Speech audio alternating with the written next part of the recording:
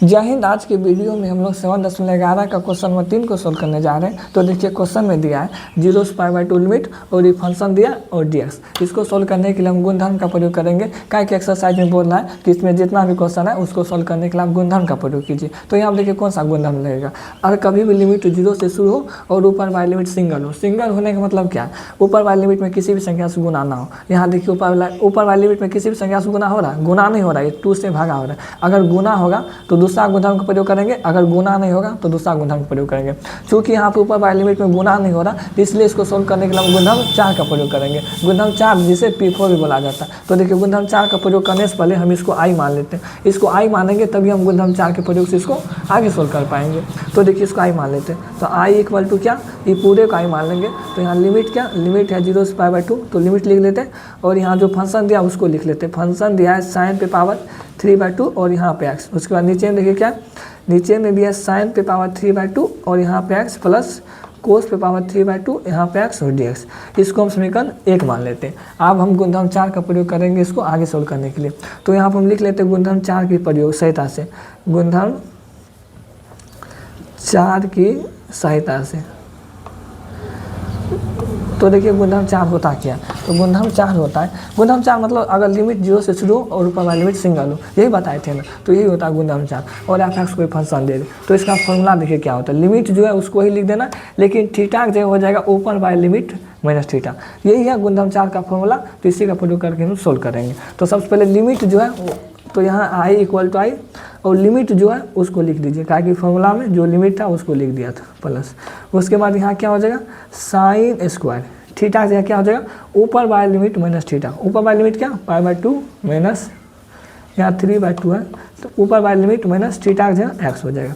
और नीचे में भी वही काम करना है। यहाँ क्या है साइन पे पावर 3/2, यहाँ हो जाएगा साइन पे पावर 3/2 और ऊपर वाली लिमिट क्या, ऊपर वाली लिमिट π/2 और माइनस थीटा क्या x तो x प्लस। यहाँ भी सेम प्रोसेस करना है, मतलब कोस पे पावर 3/2 और ऊपर वाली लिमिट π/2 माइनस x थीटा ही है और dx। इसको आगे सोल्व कर लेते हैं। तो देखिए यहाँ हो जाएगा I इक्वल टू लिमिट क्या 0 से π/2 ये दिया, साइन π/2 माइनस साइन पे पावर कुछ भी रहे उसको हटाइए अभी, साइन π/2 माइनस थीटा। π/2 मतलब 90, साइन 90 माइनस थीटा क्या होता है कोस थीटा। तो यहाँ हो जाएगा कोस पे पावर 3/2 और यहाँ पे x, sine 90 minus theta cos theta. चूँकि साइन पे पावर दिया था 3/2 तो यहाँ भी पावर 3/2 हो जाएगा।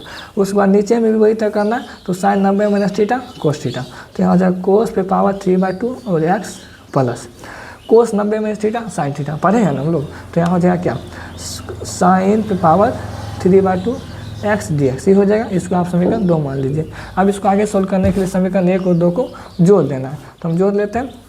यहाँ लिख देंगे क्या समीकरण 1 व 2 को जोड़ने पर। तो समीकरण 1 और 2 को हम जोड़ लेते हैं। तो देखिए यहाँ पे भी आई है और यहाँ पे भी आई है, एक तो आई यहाँ पे एक तो आई यहाँ पे। कितना आई हो जाएगा 2i हो जाएगा। और यहाँ 2i इक्वल टू समीकरण 1 क्या दिया है, समीकरण 1 दिया है 0 से π/2 लिमिट, यहाँ लिख लेते हैं 0 से π/2 लिमिट। उसके बाद फंक्शन क्या दिया, फंक्शन यही दिया, इसको लिख लेते हैं। फंक्शन दिया है साइन पे पावर 3/2 x और नीचे में क्या, नीचे में भी साइन पे पावर 3/2 यहाँ पे x प्लस कोस पे पावर 3/2 x। समीकरण 1 को लिख लिए। आप समीकरण 2 को लिखते हैं। समीकरण 2 क्या, समीकरण 2 यही है तो इसको लिख लेते हैं। समीकरण 2 में भी लिमिट दिया है 0 से π/2। उसके बाद फंक्शन क्या है, फंक्शन है कोस पे पावर 3/2 यहाँ पे x। उसके बाद नीचे में देखिए, नीचे में क्या, नीचे में भी कोस पावर 3/2 x प्लस यहाँ हो जाएगा साइन पे पावर 3/2 x dx। यही फंक्शन दिया था। अब इसको आगे सोल्व कर लेते हैं। तो देखिए यहाँ हो जाएगा 2i इक्वल टू 0 से π/2 लिमिट यहाँ पे भी है और 0 से π/2 लिमिट यहाँ से भी है। तो एक तो लिमिट को कॉमन ले लीजिए। तो यहाँ लिमिट कॉमन हो जाएगा, मतलब 0 से π/2 लिमिट कॉमन हो जाएगा। तो यहाँ बचेगा क्या, यहाँ बचेगा सिर्फ साइन पे पावर 3/2 x। उसके बाद नीचे में देखिए क्या बचेगा, नीचे में है साइन पे पावर 3/2 x प्लस कोस पे पावर 3/2 x यही हो जाएगा। अब देखिए समीकरण 2 का फंक्शन क्या था, यही था। चूँकि कॉमन को लिमिट को कॉमन ले लिए तो यहाँ बचा सिर्फ प्लस। और यहाँ पे क्या, यहाँ पे कोस पे पावर 3/2 x और नीचे में क्या, नीचे में भी है कोस पे पावर 3/2 x प्लस साइन पे पावर 3/2 x और यहाँ पे dx ही हो जाएगा। इसको आगे सोल्व कर लेते हैं। तो यहाँ हो जाएगा क्या 2i इक्वल टू लिमिट 0 से π/2, ये हो जाएगा। अब नीचे में देखिए यहाँ पे क्या सब है, यहाँ पे है sin पावर 3/2 x और प्लस में cos पावर 3/2 x, यहाँ पे भी है और यहाँ पे भी वही चीज़ है, मतलब दोनों जगह एक ही चीज़ है। जब दोनों जगह एक ही चीज़ होता है, इस कैल्शियम करेंगे तो क्या होगा, इस कैल्शियम एक ही हो जाएगा। जैसे कि अगर 2/5 प्लस 3/5 कैल्शियम करेंगे तो क्या यहाँ भी 5 है, यहाँ भी 5 है, तो इस कैल्शियम 5 ही हो जाएगा। उसी तरह यहाँ भी वही चीज़ है, यहाँ भी वही चीज़ है, तो इस कैल्शियम ही हो जाएगा ना। तो यहाँ एलसीएम हो जाएगा क्या, यहाँ एलसीएम हो जाएगा sin पे power 3/2 x plus cos power 3/2 x, यही एलसीएम हो जाएगा। तो देखिए अब यहाँ पर होगा क्या, यहाँ पे जो लिखा है वही चीज़ यहाँ पे लिखा है, यहाँ पे लिखा है, तो इससे ये कैंसिल हो जाएगा। तो बचेगा क्या, ऊपर में जो है सिर्फ वही बचेगा।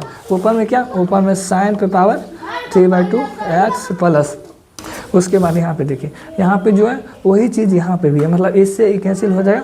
यहाँ पे जो है उसी को यहाँ पे लिख देना, वही लिखेंगे हम। तो यहाँ हो जाएगा क्या, cos पावर 3/2 x।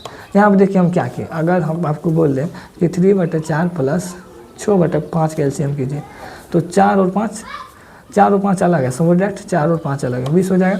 तो ये 4 कैंसिल हो जाएगा, तो 3×5 = 15, यही करते हैं ना। और ये 5 के कट जाएगा, 6 के 24, ऐसे ही निकालते हैं ना। उसी तरह यहाँ भी वही चीज़ है, यहाँ भी वही चीज़ है, ये दोनों कैंसिल हो जाएगा, तो ऊपर में जो बचा उसी को लिख दिए। और यहाँ भी वही चीज़, यहाँ भी वही चीज़, ये दोनों कैंसिल हो जाएगा, ऊपर में जो बचा उसी को हम वहाँ पे लिख दिए। तो देखिए यहाँ भी वही चीज़, ऊपर में और नीचे में दोनों बराबर है, तो इसको हम काट देंगे। तो यहाँ बचेगा क्या, 2i इक्वल टू लिमिट 0 से π/2 और यहाँ पे 1 dx हो जाएगा। अब इसका इंटीग्रेशन कर लेते हैं। 1 का इंटीग्रेशन dx के साथ क्या होगा, x हो जाएगा। उसके बाद लिमिट क्या, 0 से π/2 है। हम सबको पता है x की जगह सबसे पहले ऊपर वाली लिमिट रखते हैं, उसके बाद नीचे वाली लिमिट रखते हैं। यहाँ जगह 2i इक्वल टू π/2, नीचे वाली लिमिट रखने से पहले बीच में माइनस का चिन्ह, माइनस, तो 2i इक्वल टू क्या हो जाएगा, π/2। तो चूँकि 2 गुना इधर आके भागा, तो i इक्वल टू क्या हो जाएगा, i इक्वल टू π/4, इसका फाइनल आंसर हो जाएगा।